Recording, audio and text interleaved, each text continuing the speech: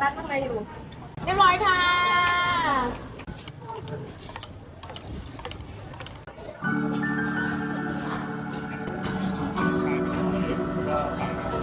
สั่งเป็นที่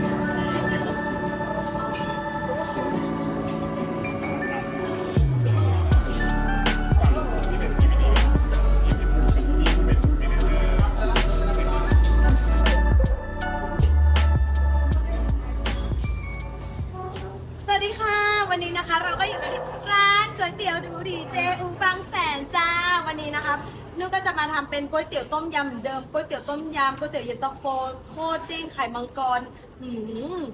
แบบเยอะมากเลยค่ะแล้วก็ใครมาบางแสนอย่าลืมมาที่ร้านนะคะก๋วยเตี๋ยวดูดีเจอูบางแสนเลย Google Map เซิร์ชได้เลยจ้ะแล้วก็ถ้าใครอยากทานแบบว่ามีแบบกึ่งสำเร็จรูปด้วยก็เตี๋ยวคนชนบายชมพู่ก่อนบ่ายได้เลยจ้าแอสไซน์888 ND สามารถกดสั่งได้เลยค่ะสามารถส่งได้ไปต่างประเทศก็ได้ แล้วก็ถ้ามาเมืองไทยอย่าลืมแวะมาที่ร้านดูดีของเราอยู่ที่บางแสนในเมืองชลบุรีแล้วก็ร้านเปิดตั้งแต่7 โมงเช้าถึง6 โมงเย็นหยุดวันเดือนละ1 วันวันพุธสัปดาห์ที่3นะคะหยุดเดือนละ1 วันนะคะวันพุธสัปดาห์ที่3แล้วก็ร้านเปิดแต่7 โมงถึง6 โมงเย็นค่ะแล้วมาพบกันนะคะอย่าลืมกดไลค์กดแชร์กด Subscribe นะคะขอบคุณค่ะ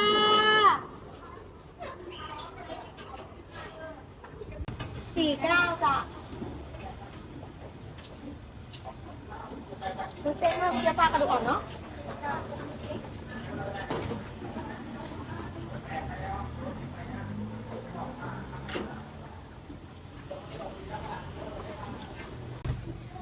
มีเหลืองหมูเด้งน้อย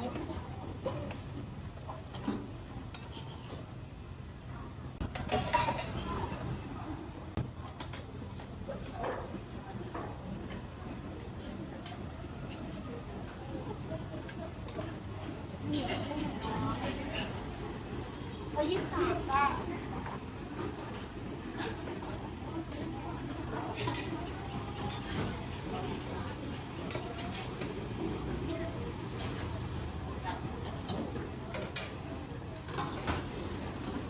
นี่รวมหมูย่าง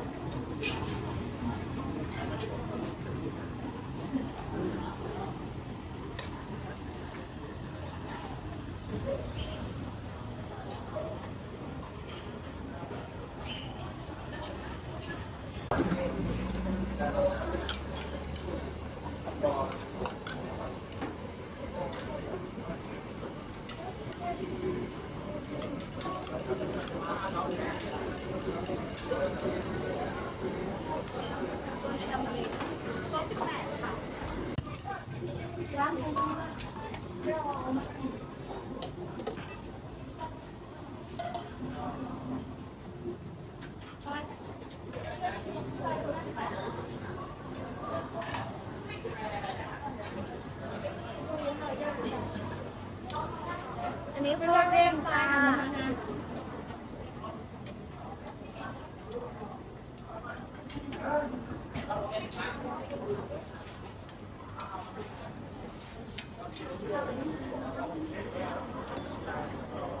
ไข่มังกรจ้าไข่สีอย่างสวยเลยอันนี้เป็นโคตรเด้งไข่มังกรนะคะเป็นเมนูซิกเนเจอร์จ้าแล้วก็ทอดด้วยกุ้งกรอบแล้วก็เกี๊ยวกรอบลงไปอีกจ้า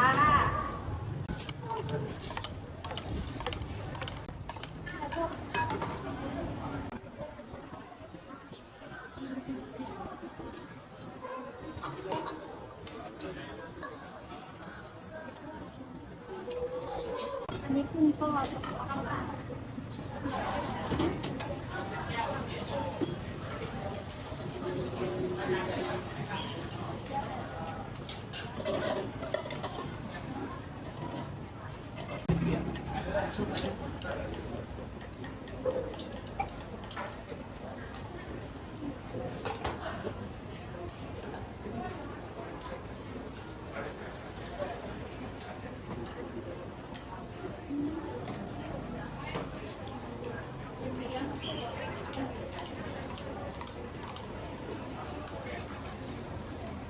อันนี้ค่ะ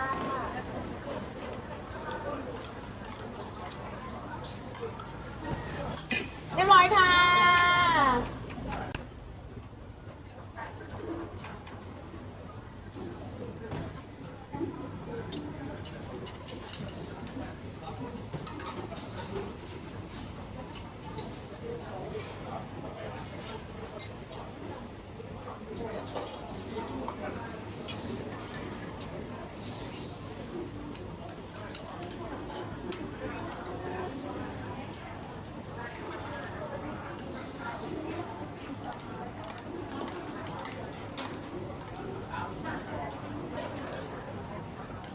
นี่เล็กโคทะเลจ้า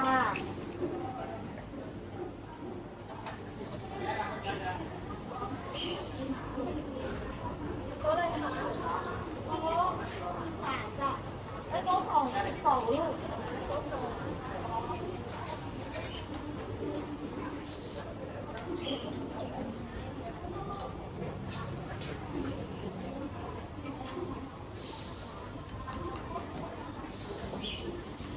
อันนี้เล็กโคเด้งจ้า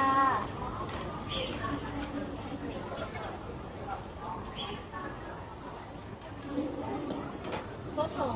ก็12 ลูก1 2นะคะเมื่อกี้ก็1 2นะ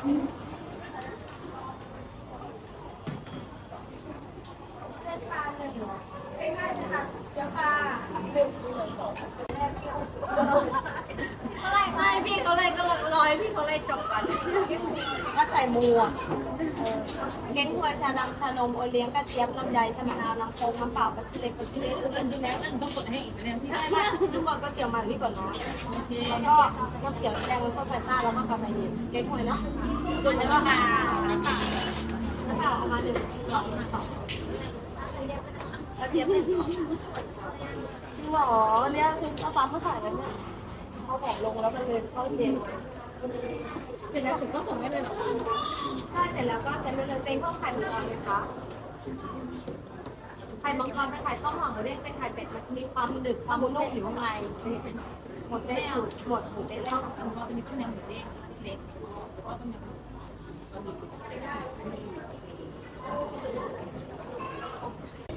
ขอบคุณนะคะ ขอบคุณสำหรับการรับชมวิดีโอนี้นะคะ แล้วก็อย่าลืมกดไลค์ กดแชร์ กด Subscribe ให้ด้วยนะคะ แล้วก็ฝากช่องชาแนลของนุ่นนะคะ Lady นุ่นดูดีค่ะ อันนี้เป็นช่องชาแนลของตัวเองเลย นี่แล้วเราก็มีการไลฟ์สตรีมในตอนกลางวันนะคะ นี่เข้ามาพูดคุยกันได้นะจ๊ะมีไลฟ์สตรีมในตอนกลางวันเวลาทำงานนะคะ เข้ามาพูดคุยกันได้นะคะ ยินดีที่ได้รู้จักทุกๆคนนะคะ ขอบคุณค่ะ